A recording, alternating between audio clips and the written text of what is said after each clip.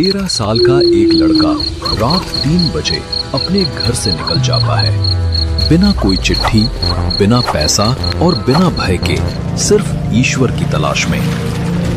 काशी में जब भगवान शिव ने स्वयं दर्शन दिए तो उनके शब्दों ने इस बच्चे का पूरा जीवन बदल दिया। उसी क्षण से वो राधा रानी का अनन्य भक्त बन गया।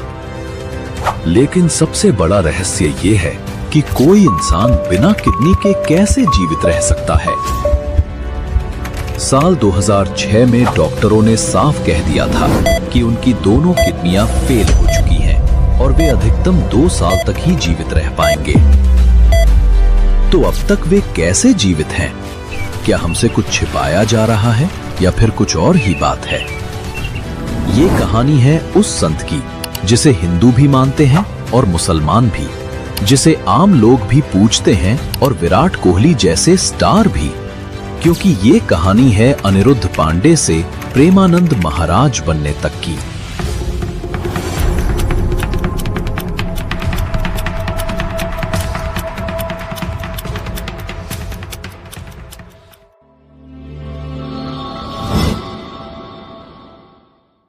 इस महान संत की यात्रा शुरू होती है साल 1969 में, जब उनका जन्म उत्तर प्रदेश के कानपुर जिले के अखरी गांव में एक ब्राह्मण परिवार में हुआ।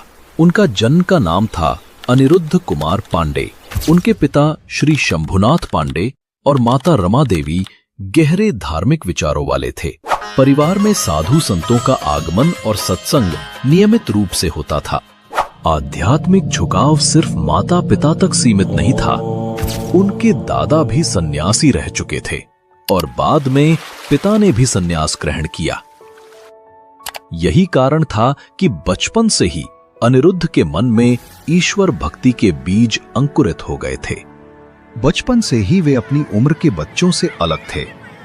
जहां बाकी बच्चे खेलकूद में रुचि लेते, वहीं अनिरुद्ध अपना अधिकतर समय भक्ति गीतों, शास्त्र पठन और ध्यान में बिताते।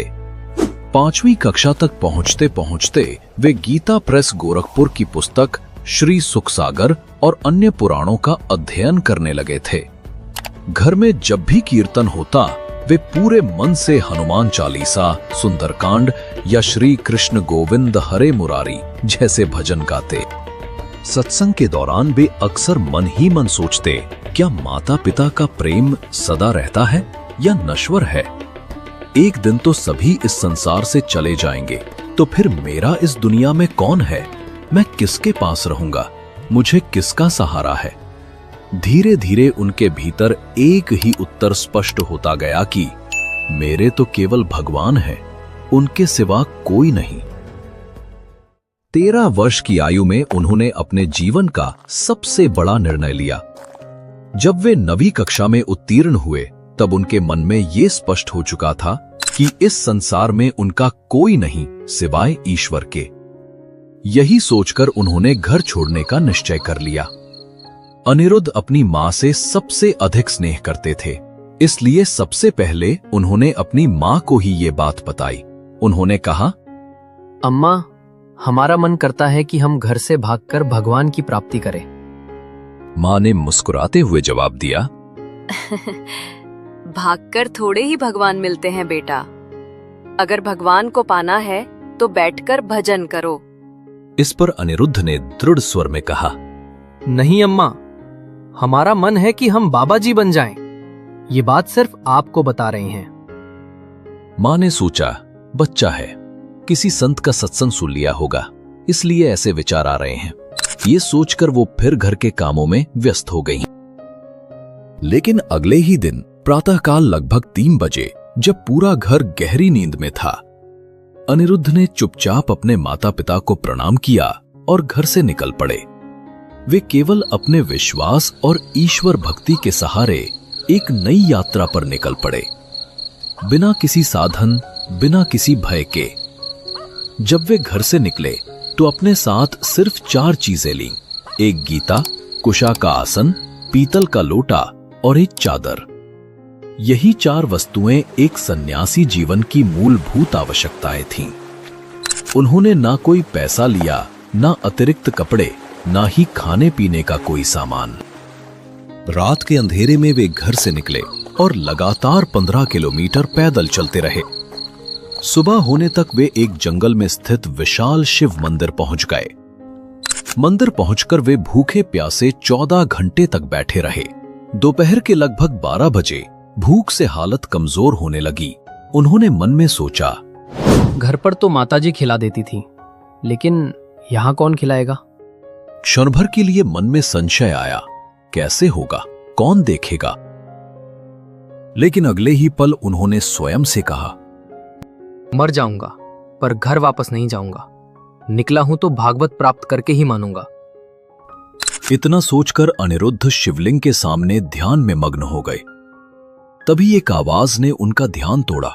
उन्होंने देखा कि मंदिर के दरवाजे पर एक आदमी खड़ा था। उस व्यक्ति ने कहा, बेटा, यहां एक सूरदास स्वामी रहते हैं, क्या तुम्हें पता है वे कहां गए हैं? अनिरुद्ध ने शांत स्वर में कहा, मुझे नहीं पता, मैं तो अभी अभी यहां आया हूं। वो व्यक्ति बोला, मैं स्वामी जी के लिए कमंडल में दही लाया था, अब वो है नहीं तो तुम ही पी लो, मैं इसे वापस नहीं ले जा सकता। ऐसा कहते हुए उसने दही का बर्तन अनिरुद्ध को थमा दिया। अनिरुद्ध ने अपने पीतल के लोटे से 3 से 4 लोटे दही पिया। पेट भर गया, पर दिल और आत्मा दोनों भर गए। वो व्यक्ति तो चला गया, लेकिन अनिरुद्ध वहीं बैठा सोचते रहे। मैंने तो किसी से कुछ नहीं मांगा, तो फिर ये दही ठीक उसी समय कैसे आ गया जब भूख से शरीर टूट रहा था? और तब उस 13 साल के बच्चे को समझ आया, ये कोई संयोग नहीं था, ये भगवान शिव का संकेत था। वे अकेला नहीं हैं, हर कदम पर कोई है जो उनका ध्यान रख रहा है। उस क्षण वो 13 साल का बालक शिवलिंग से लिपटकर फूट फूट कर रो पड़ा। ये आंसू डर के नहीं, बल्कि कृतज्ञता और ईश्वर के साक्षात्कार के आंसू थे।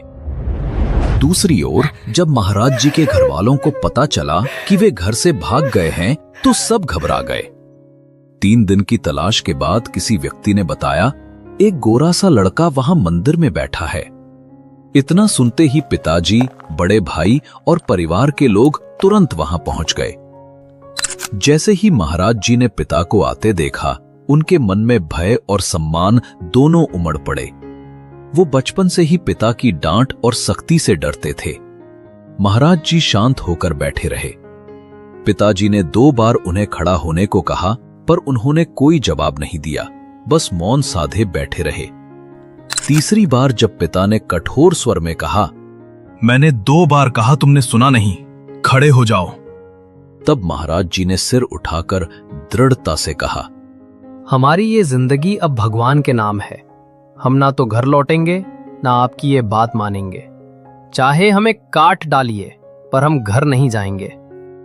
ये सुनकर पिता का हृदय द्रवित हो गया। आंखों से आंसू बह निकले। उन्होंने अपने बेटे को सीने से लगा लिया और भावुक होकर 3 बार बोले, राम राम राम। फिर उन्होंने पुत्र को एक अद्भुत आशीर्वाद दिया, जाओ बेटा, अगर तुम बंजर भूमि पर भी बैठोगे तो वहां फूलों की वर्षा होगी। दुनिया की कोई शक्ति तुम्हारा बाल भी बांका नहीं कर सकेगी। पर याद रखना, अगर कभी किसी की बहन या बेटी की ओर गलत नजर डाली तो फिर तुम्हारा अंत निश्चित होगा।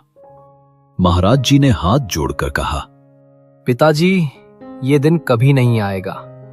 मैं जीवन भर ब्रह्मचर्य का पालन करूंगा और कभी आपका विश्वास नहीं तोड़ूंगा। उस दिन के बाद महाराज जी अपने माता पिता से फिर कभी नहीं मिले, लेकिन उनके पिता का वो आशीर्वाद आज तक महाराज जी को संभाले हुए है। जीवन में कितनी भी मुश्किलें आईं, लेकिन हर बार भगवान की कृपा से सब ठीक हो गया। दोस्तों, अब शुरू होती है असली कहानी। लेकिन आगे बढ़ने से पहले वीडियो को एक लाइक करके कमेंट में राधे राधे अवश्य लिखिए। आपके लिए तो ये बस 5 सेकंड का काम है लेकिन हमारे लिए आपका आशीर्वाद है। अनिरुद्ध पांडे का अब सिर्फ एक ही लक्ष्य था, ईश्वर की प्राप्ति। इसी उद्देश्य से वे भगवान शिव की नगरी काशी की ओर चल पड़े।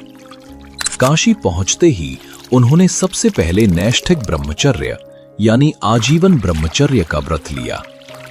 उन्हें नाम मिला आनंद स्वरूप ब्रह्मचारी, और बाद में जब उन्होंने पूर्ण संन्यास ग्रहण किया तो उन्हें स्वामी आनंदाश्रम की उपाधि प्रदान की गई। उन्होंने काशी के प्रसिद्ध तुलसी घाट को अपनी तपोस्थली बनाया। तुलसी घाट पर स्थित एक प्राचीन पीपल के वृक्ष के नीचे वे निवास करते थे और वहीं दिन रात गहरी साधना में लीन रहते।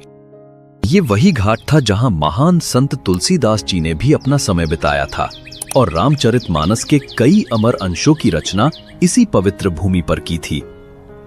रात में वे उसी पीपल के पेड़ के नीचे सोते। जमीन ही उनका बिछौना और आकाश ही उनकी छत थी। कंबल की जगह वे गेहूं की पुरानी बोरियां ओढ़ते और कड़ाके की ठंड की रातों में भी यही उनका एकमात्र आश्रय होता था। महाराज जी की दिनचर्या की बात करें तो अत्यंत सख्त और अनुशासित थी। उनका दिन रात के 2 बजे शुरू हो जाता था। पहला गंगा स्नान सुबह 3 बजे, दूसरा दोपहर 12 बजे और तीसरा शाम 6 बजे। कड़ाके की ठंड हो, तपती गर्मी या मूसलाधार बारिश, उन्होंने गंगा स्नान कभी नहीं छोड़ा। ये उनका नियम था, उनकी साधना का अभिन्न हिस्सा।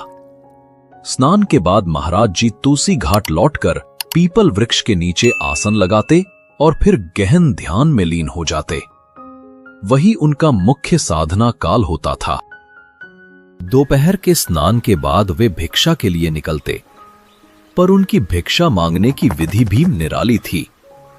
वे अन्य भिखारियों की पंक्ति में बैठ जाते, सिर्फ 10 से 15 मिनट तक प्रतीक्षा करते।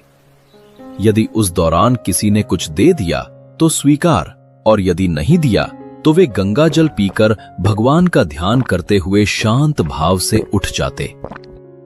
सबसे बड़ी बात तो यह है कि महाराज जी का पूरा जीवन आकाश वृत्ति पर आधारित था।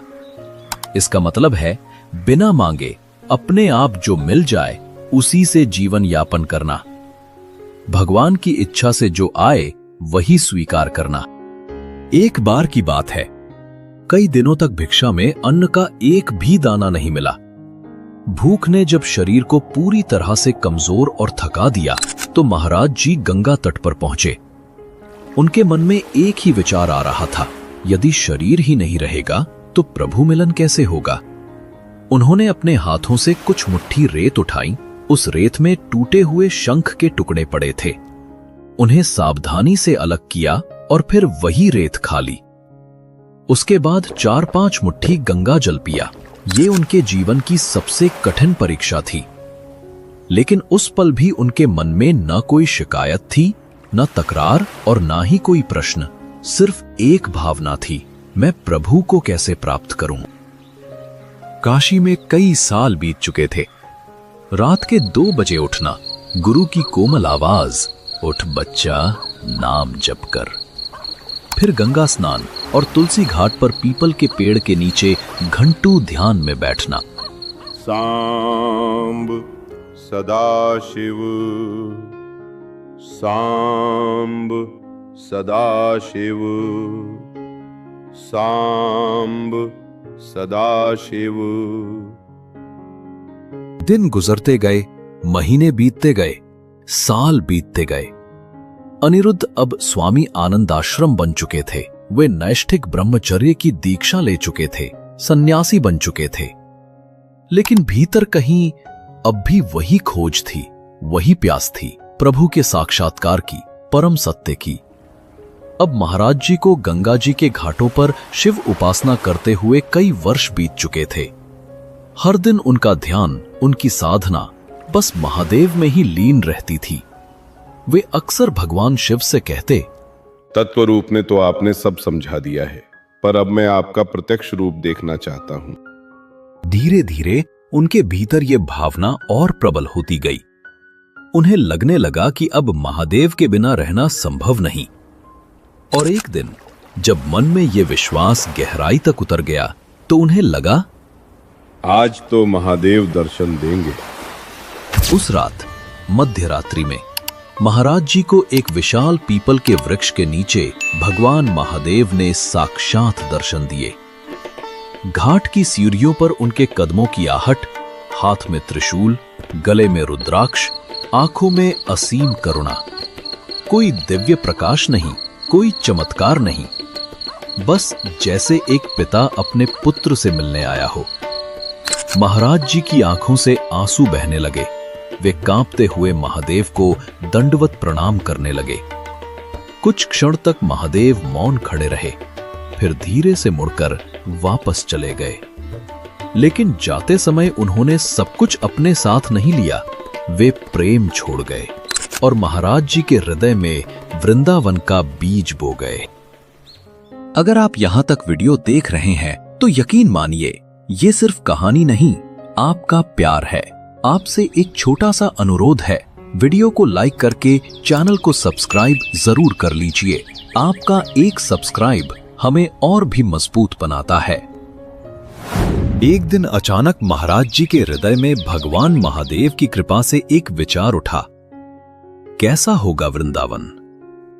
पर उन्होंने उस विचार पर ज्यादा ध्यान नहीं दिया और हमेशा की तरह तुलसी घाट पर बैठकर महादेव का ध्यान करने लगे। अगले दिन अचानक एक संत महाराज जी के पास आए। उन्होंने कहा, काशी में हनुमान प्रसाद पोद्दार अंध विद्यालय है। वहां दिन में श्री राम शर्माचार्य जी की चैतन्य लीला और रात में रास लीला का आयोजन हो रहा है। महात्मा, चलिए दोनों लीलाओं का दर्शन करने चलते हैं। महाराज जी ने कभी रास लीला नहीं देखी थी। उनका स्वभाव था एकांत प्रिय, ध्यान मग्न और शांत। उन्होंने मुस्कुराकर कहा, आप जाइए, मुझे आवश्यकता नहीं है। पर बाबा जी कहाँ मानने वाले थे।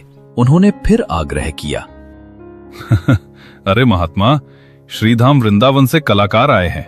पूरे 1 महीने तक ये लीला चलेगी। चलो दर्शन कराते हैं, बड़ा आनंद मिलेगा। महाराज जी ने थोड़े कठोर स्वर में कहा, आप जाना चाहे तो जाइए, मुझे इसकी कोई आवश्यकता नहीं। मैं अपने ध्यान में ही प्रसन्न हूं। आप मुझे क्यों बार बार परेशान कर रहे हैं। लेकिन वो संत डटे रहे। अरे महात्मा, बस एक बार मेरी बात मान लो। एक बार मेरे कहने पर चलो, फिर दोबारा नहीं कहूंगा। महाराज जी ने गहराई से उनकी आंखों में देखा और मन ही मन सोचा, शायद इसमें महादेव जी की कोई इच्छा हो। ऐसा सोचकर उन्होंने संत की बात मान ली और उनके साथ लीला दर्शन के लिए चल पड़े, बिना ये जाने कि ये यात्रा उनके जीवन का सबसे बड़ा मोड़ बनने वाली थी। लीला देखकर महाराज जी अति आनंदित हो गए। अब तो ऐसा होता कि रास लीला प्रारंभ होने से पहले ही वे वहां पहुंच जाते। दिन में वे चैतन्य लीला और रात में रास लीला के दर्शन करते और हर दृश्य में उन्हें भक्ति का अद्भुत रस अनुभव होता। धीरे धीरे महाराज जी को कहने की जरूरत ही नहीं पड़ी, वे हर दिन पहुंचने लगे और इस तरह उन्होंने पूरा 1 महीना चैतन्य लीला और रास लीला के दर्शन में व्यतीत किया। लेकिन जैसे ही वो महीना समाप्त हुआ, महाराज जी के हृदय में एक गहरा खालीपन उत्पन्न हो गया। जब उन्हें पता चला कि लीला समाप्त हो गई है और कलाकार अब वृंदावन लौट रहे हैं, उनके मन में हाहाकार मच गया। अब मैं क्या करूं, मेरा क्या होगा। तभी उनके भीतर एक विचार उठा, मैं भी वृंदावन चला जाता हूं। वहां तो ये प्रतिदिन रास लीला करते होंगे। अगर मैं इनके साथ रहूं तो रोज लीला के दर्शन कर सकूंगा। इसके बदले में मैं इनकी सेवा करता रहूंगा।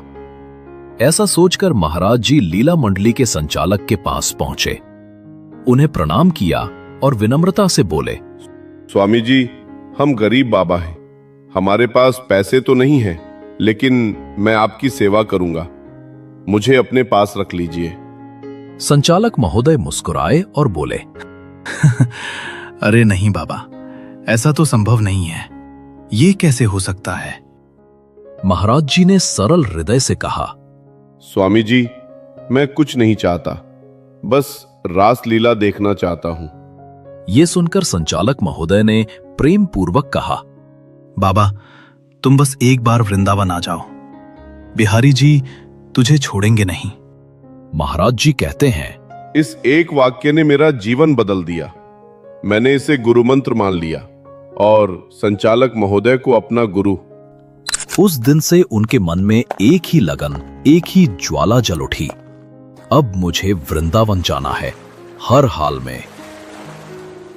1 महीने तक लीला दर्शन करने के बाद महाराज जी फिर अपनी पुरानी दिनचर्या में लौट आए।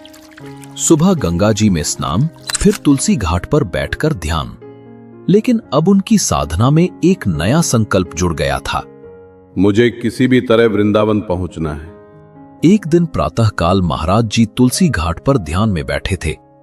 उसी समय पास स्थित संकट मोचन हनुमान मंदिर के बाबा युगल किशोर जी प्रसाद लेकर उनके पास आए और बोले, लो बाबा, प्रसाद ले लो।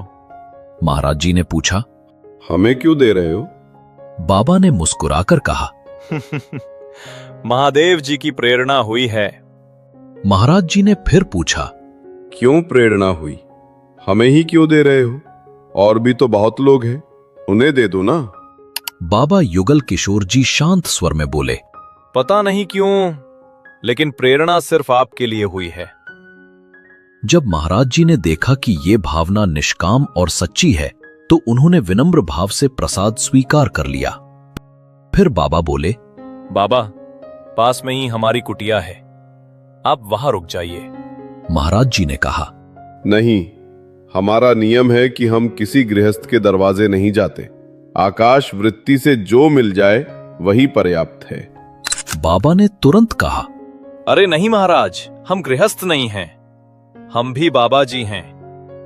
उनकी सादगी और भक्ति देखकर महाराज जी उनके साथ चल पड़े। कुटिया गंगा जी के बिल्कुल किनारे पर थी। वहां बाबा युगल किशोर जी ने दाल रोटी बनाकर महाराज जी को खिलाई और प्रेम से बोले, बाबा, हम तो हर समय सेवा में ही रहते हैं, आप दिन भर हमारी कुटिया में विश्राम कर सकते हैं। उसके बाद महाराज जी कभी घाट पर ध्यान में लीन रहते तो कभी उस कुटिया में विश्राम करते। मानो गंगा की धारा और ईश्वर की कृपा उन पर हर पल बह रही हो। युगल किशोर जी महाराज जी से अब अपनापन महसूस करने लगे थे। एक दिन महाराज जी ने बड़े सरल भाव से पूछा, क्या आप मुझे वृंदावन पहुंचा सकते हैं?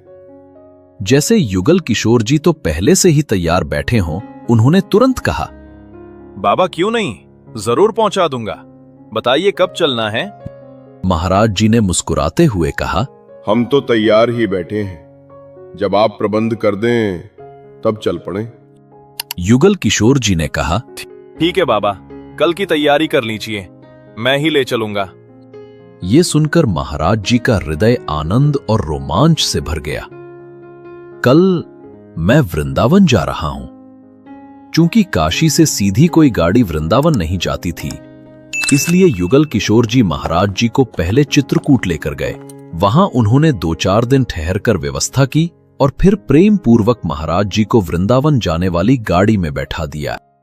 और यहीं से शुरू होता है एक नए अध्याय का आरंभ, जहां एक साधारण बालक बनता है प्रेमानंद गोविंद महाराज।